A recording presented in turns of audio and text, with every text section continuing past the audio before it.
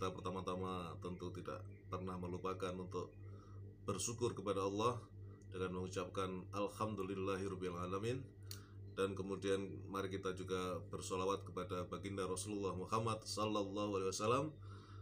Allahumma sholli ala sayyidina Muhammad wa ala ali sayyidina Muhammad. Baik teman-teman, kembali lagi kita bertemu dalam sesi bincang-bincang dengan Ustadz Haji Muhammad Ridho Hisham. Dan kali ini kita akan mengangkat topik yang tentu sangat menarik dan insya Allah populer karena menjadi bagian dari kehidupan di era informasi sekarang ini, yaitu tentang medsos ya, atau media sosial ya. Jadi yang ingin kita angkat adalah bagaimana kita menyikapi kehadiran medsos ini ya, karena kita tidak bisa menghindari adanya media sosial ya. Begitu banyak ragamnya media sosial. Kita mengenal platform yang namanya Facebook, kemudian Instagram, kemudian Twitter ya, kemudian sekarang bermacam-macam lagi yang muncul ya. Ada lagi selain yang sudah lama YouTube yang berbasis video, ada lagi snack video macam-macam, banyak sekali itu. Banyak pilihannya. Tentu ini adalah tantangan di era informasi ini, khususnya bagi generasi muda ya, karena kalau tidak bijak di dalam menggunakan medsos tentu akan dilindas oleh medsos itu ya. Oke, kita sekarang bincang-bincang dengan Ustadz Muhammad Ridho Hisham dalam topik media sosial. Assalamualaikum warahmatullahi wabarakatuh. Waalaikumsalam warahmatullahi wabarakatuh. Apa kabar Ustadz? Alhamdulillah baik-baik. Baik, oke Ustadz, kita terus berdakwah melalui media sosial yaitu YouTube. Nah, bicara dengan media sosial atau medsos, kita tidak bisa menghindari perkembangan zaman. Kita hidup di era IT, di era informasi melalui saluran-saluran yang luar biasa sekarang marak, dan platform ataupun aplikasi-aplikasi yang berbasis medsos itu banyak. Ada YouTube, Facebook, Instagram, kemudian sekarang ada TikTok, ada snack video, macam-macam tawaran. Nah, yang ingin kita angkat tentang bagaimana kita pandai menyikapi penggunaan medsos ini di tengah-tengah kehidupan kita, khususnya tentu kita bicara tentang anak-anak kita, generasi muda di dalam menghadapi gempuran medsos ini, Ustadz. Monggo. Jadi ada hal-hal yang perlu kita perhatikan. Satu, waktu. Waktu itu sangat penting. Tidaklah kita menggunakan waktu untuk kebaikan. Jangan sampai waktu itu kita gunakan untuk hal-hal yang merugikan baik agama kita, masa depan dan sebagainya. Apalagi melakukan kegiatan-kegiatan yang melanggar dalam waktu yang kita terima dari Allah Subhanahu wa Ta'ala. Nah, yang kedua mengenai pendidikan. Kalau dahulu pusat pendidikan itu ya di sekolah, ya, pendidikan formal, ada informal, ya, ada di rumah juga, ada di masyarakat. Tapi sekarang ada di medsos. Ya, jadi medsos bahkan mungkin peran pendidikan atau pengaruhnya kepada pendidikan itu besar daripada sekolah, apalagi sekolahnya libur. Ya. Kemudian orang tua bekerja, lalu anak-anak mereka disediakan namanya HP dan sebagainya, mereka bisa mengakses media sosial, apa saja bisa mereka dapatkan. Ya. Bagi mereka-mereka yang sudah dibekali keimanan, ya, dibekali halal haram dan diberikan contoh ini yang halal, ini yang haram, jangan mengakses yang haram, maka mungkin anak-anak kita itu yang sudah dewasa bisa memilih mana yang baik untuknya, mana yang merugikan dirinya. Tapi karena mungkin kurang penanaman seperti ini, bahkan orang-orang tua yang tadinya tidak pernah mengenal medsos, lalu sekarang mereka bisa akses ke medsos itu ya, bisa menikmati hidangan-hidangan, konten-konten yang ada, sehingga hubungan suami istri menjadi renggang, ya, hubungan orang tua dengan anak juga mulai berkurang intensitasnya dan sebagainya. Nah, inilah dampak yang sangat membahayakan. Maka oleh karena itu medsos itu harus diawasi dan harus diberi aturan-aturan oleh negara, oleh pemerintah, atau oleh ya pemerintah kan bisa melakukan hal-hal yang terkait dengan penyedia jasa di medsos itu seperti YouTube dan sebagainya, untuk memperhatikan aspek-aspek pendidikan akhlak, pendidikan moral.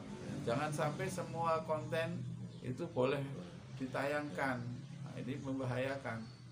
Ya, kalau yang sudah dewasa dan mengetahui dan bisa memilah-memilih itu mungkin tidak terlalu besar pengaruhnya. Tapi kalau anak-anak yang masih balita misalnya, ya mereka itu naluri saja ya. Ada hawa nafsunya juga yang masih remaja.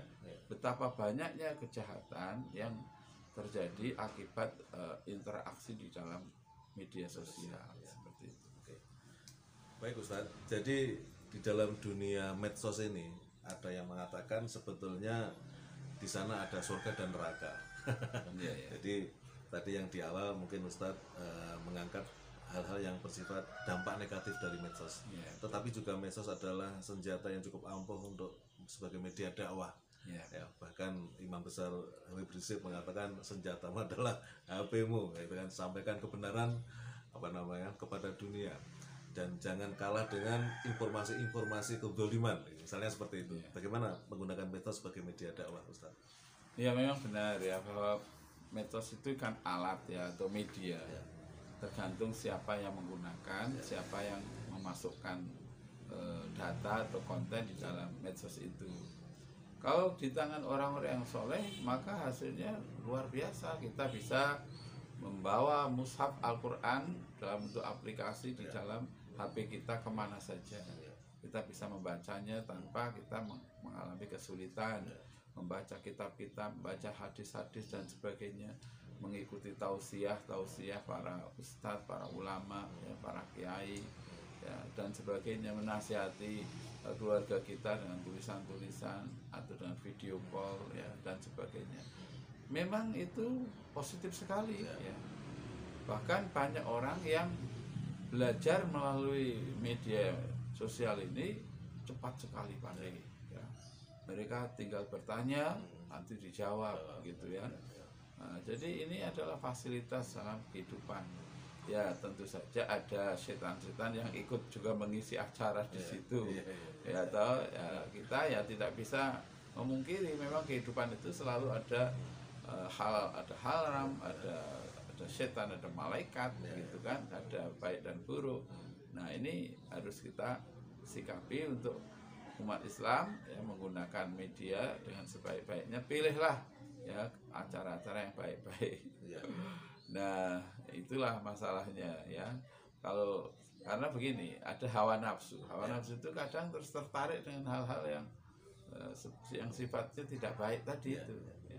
Maka kita kalau mau buka HP, baca dulu ta'awud.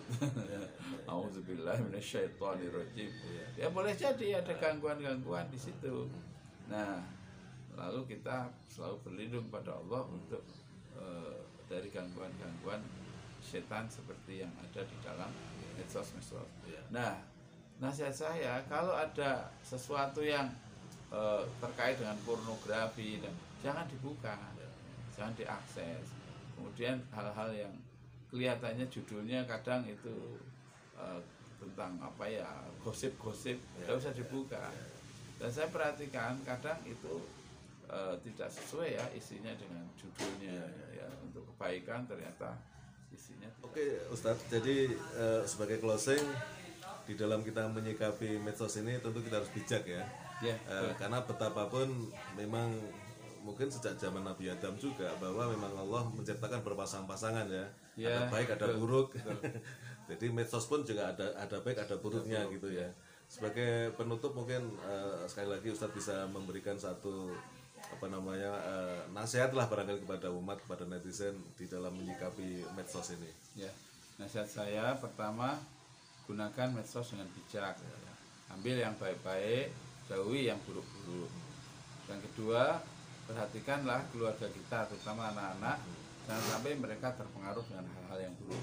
Jangan segan-segan atau jangan bosan-bosan menasihati pada anak-anaknya agar mengakses yang baik-baik, karena itu nanti akan menguntungkan masa depannya. Adapun kalau engkau terlibat dalam hal-hal yang buruk, itu bisa terkait dengan hukum, ya, berperkara dengan hukum, tapi juga bisa merusak akhlak kita sendiri. Mungkin demikian. Assalamualaikum warahmatullahi wabarakatuh.